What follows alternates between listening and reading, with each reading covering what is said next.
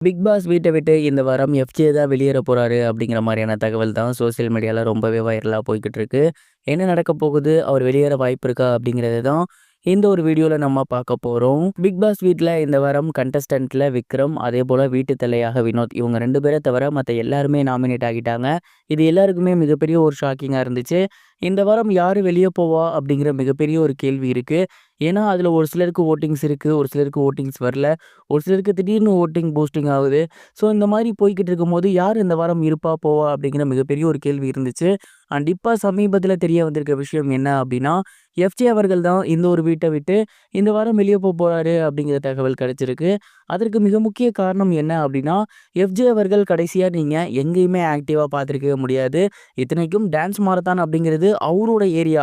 அவர் வந்து நல்லா பாட்டு பாடுவாரு, டான்ஸ் ஆடுவாரு. அந்த ஒரு இடத்த அவரு ரொம்ப சூப்பரா ஃபில் பண்ணியிருந்திருக்கலாம்.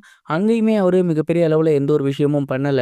அதேபோல வீட்டுக்குள்ள நடக்கிற அதர் பிரச்சனைக்கு ஏதாவது போய் கேட்பாரு அப்படின்னா, அதையுமே அவரு பண்ண மாட்டேன்றாரு. அதில எப்படி நான் போய் பேசுறது அப்படின்னு இருந்திருந்தாரு. இந்த வாரம் ஃபுல்லாவே அவரு ரொம்ப ஒஸ்ட்டா தான் பெர்ஃபார்ம் பண்ணியிருந்தாரு. சொல்லப்போனா இந்த வாரம் அதிகபட்சமா குரூப்பிசம் பண்ணா சாண்ட்ரா, இல்ல ப்ராப்பரா சொல்லணும் அப்படின்னா கண்டிப்பா எஃப்ஜே அவர்கள் வருவாரு. அந்த அளவுக்கு தான் அவரோட கேம் அப்படிங்கிறது இந்த வாரம் இருந்திருக்கு.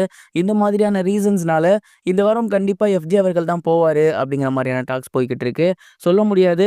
சாண்ட்ரா ஆர் எஃப்ஜே இவங்க 2 பேத்துல யார் வேணா போலாம். ஆனா எனக்கு தெரிஞ்சு சாண்ட்ராவ தக்க வைக்க ஒரு முக்கியமான காரணம் என்ன அப்படின்னா, அடுத்த வாரம் வந்து ஃப்ரீஸ் டாஸ்க் இருக்கு இல்லையா? அதுல பிரஜன் அவர்கள் கண்டிப்பா வருவாரு. திவ்யாக்கும் அவருக்கும் உள்ள விஷயங்கள சொல்லுவாரு. இந்த மாரி ஏகப்பட்ட முக்கியமான விஷயங்கள் இருக்கு. அதே நேரம் எஃப்ஜே அவர்கள் ஃப்ரீஸ் டாஸ்க்ல இருந்தாரு அப்படின்னா, கண்டிப்பா அதுல எந்த பிரயோஜனமும் கிடையாது. அதுலயும் உள்ள வந்துட்டாங்க. இந்த ஒரு காரணத்தினால எனக்கு தெரிஞ்சு எஃப்ஜே அவர்கள் இந்த வாரம் வீட்ட விட்டு போக அதிகப்படியான வாய்ப்புகள் இருக்கு. அவர் போனாலும் நல்லா தான் இருக்கும்னு நான் நினைக்கிறேன். நீங்க என்ன நினைக்கிறீங்க? மறக்காம கமெண்ட் பாக்ஸ்ல ஷேர் பண்ணுங்க. அப்படி எஃப்ஜே இல்லனா வேற யார் போவாங்கிறதையும் ஷேர் பண்ணுங்க. இது ஒரு புறம் இருக்க, பிரபல நடிகையான சிம்ரன் அவர்கள் ரீசெண்டா ஒரு இன்டர்வியூல பெரிய நடிகர்கள தாக்கி பேசியிருந்தது இப்போ சோசியல் மீடியால பயங்கர வைரலா போய்க்கிட்டு இருக்கு.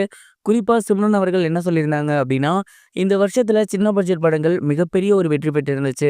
குறிப்பா சொல்லணும் அப்படின்னா, நான் நடிச்சிருந்த டூரிஸ்ட் ஃபேமிலியாக இருக்கட்டும், 3 பிஹெச்கே படமாக இருக்கட்டும், டிராகன் படமாக இருக்கட்டும், எல்லாமே கம்மியான கோடிகள்ல போட்டு எடுத்து கிட்டத்தட்ட 100 கோடி வரைக்குமே வசூல் ஈட்டி இருந்துச்சு. கிட்டத்தட்ட 3 வாரம் கழிச்சு தியேட்டருக்கு போனாலுமே அங்க குடும்பம் குடும்பமா படத்த வந்து பார்த்தாங்க. அத நான் கண்ணார பார்த்திருந்தேன்.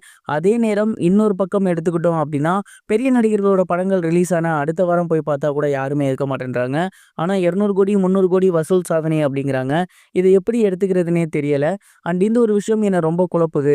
நல்ல கன்டென்ட் உள்ள படங்கள் எடுங்க. நியாயமான விஷயங்கள மக்கள்ட்ட சொல்லுங்க அப்படிங்கிற மாரி சிம்ரன் அவர்கள் ரீசென்ட்டா ஒரு இன்டர்வியூல ஷேர் பண்ணியிருந்தாங்க.